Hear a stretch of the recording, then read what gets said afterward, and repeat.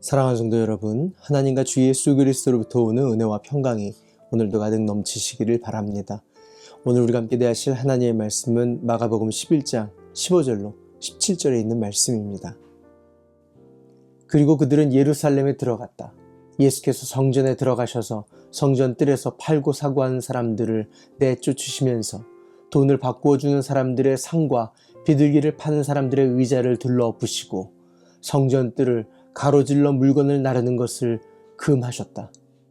예수께서는 가르치시면서 그들에게 말씀하셨다.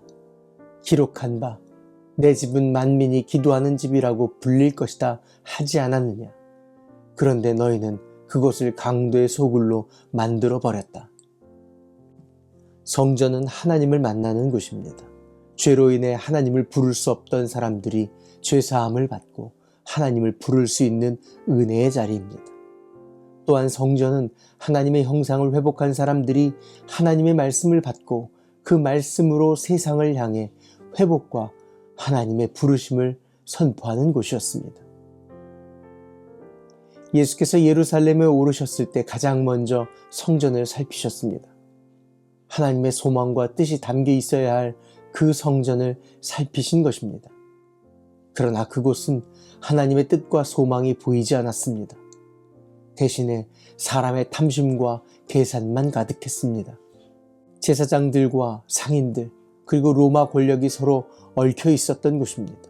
서로의 이익을 위해 손을 잡고 서로의 배를 불리는 구조가 되어 있었습니다.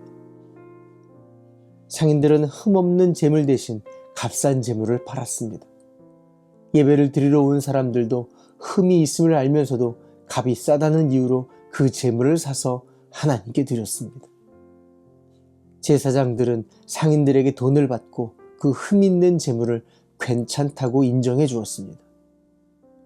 그리고 그들은 다시 로마 권력의 뇌물을 바쳤습니다. 뇌물을 받은 군인들은 그들의 장사를 법적으로 보호해 주었습니다.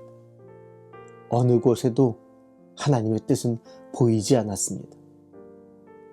성전은 온통 사람의 욕심으로 가득 차 있었습니다. 그래서 예수께서 매매하는 자들과 돈 바꾸는 자들의 상과 의자를 뒤엎으셨습니다. 성전을 이용하면서 자기의 욕심을 채우던 사람들을 멈추게 하신 것입니다. 그리고 말씀하셨습니다. 내 집은 만민이 기도하는 집이다. 그런데 너희는 이곳을 강도의 소굴로 만들었도다. 사랑하는 성도 여러분, 오늘 우리에게도 중요한 사실이 있습니다. 성도가 하나님의 성전입니다. 그리고 거룩한 성도들이 모인 공동체가 바로 교회입니다.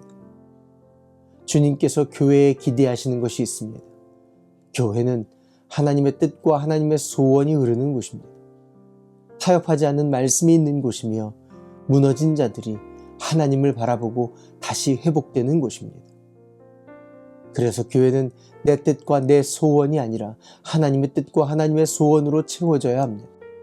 그럴 때 교회를 통해 하나님의 나라가 이 땅에 흘러가게 됩니다. 사랑하는 성도 여러분, 오늘도 주님의 말씀과 성령으로 채워진 움직이는 성전이 되시기 바랍니다. 이 땅을 치유하고 갈라진 하나님과 사람 사이를 만나게 하는 역사가 주님의 교회를 통해 이루어지시기를 바랍니다. 기도할까요? 좋으신 하나님, 우리를 주님의 성전 삼아주심을 감사합니다. 우리의 마음을 말씀과 기도로 채우고 성령께서 마음껏 일하실 수 있는 주의 거룩한 전이 되게 하옵소서. 예수님의 이름으로 기도합니다. 아멘. 오늘도 주의 보혈과 성령으로 충만한 하루 되시기 바랍니다. 화이팅!